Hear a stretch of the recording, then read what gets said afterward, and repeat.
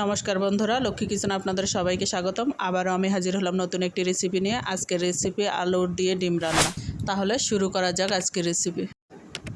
আজকের রেসিপির জন্য আমি 3টে ডিম নিয়েছি। স্বাদ মতো লবণ দিয়ে মিশিয়ে নেব। এবার ডিম ভেজে নিব।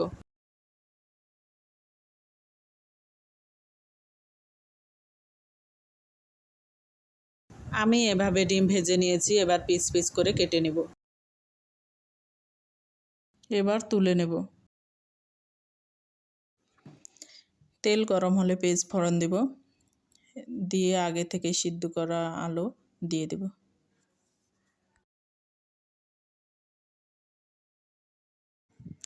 এবার স্বাদ মতো লবণ, পরিমাণ মতো হলুদ দিয়ে ভেজে নেব।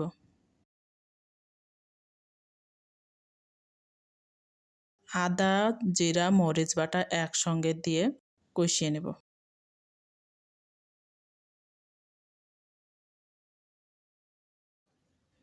এবার কষানোর জন্য জল দেব, দিয়ে ভালো করে কষিয়ে নেব।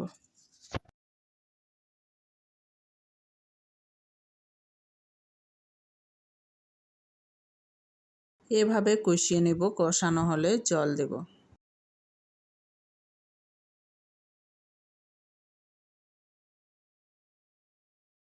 কিছুক্ষণ ফুটিয়ে নেব।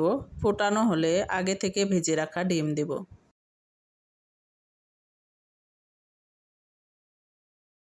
এবার গরম মশলা দিয়ে নামিয়ে নেব।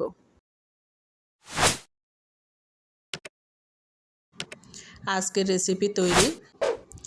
ভালো লাগলে লাইক করবেন, কেমন হয়েছে কমেন্টে জানাবেন। এই রেসিপি দেখার জন্য আপনাকে অসংখ্য ধন্যবাদ।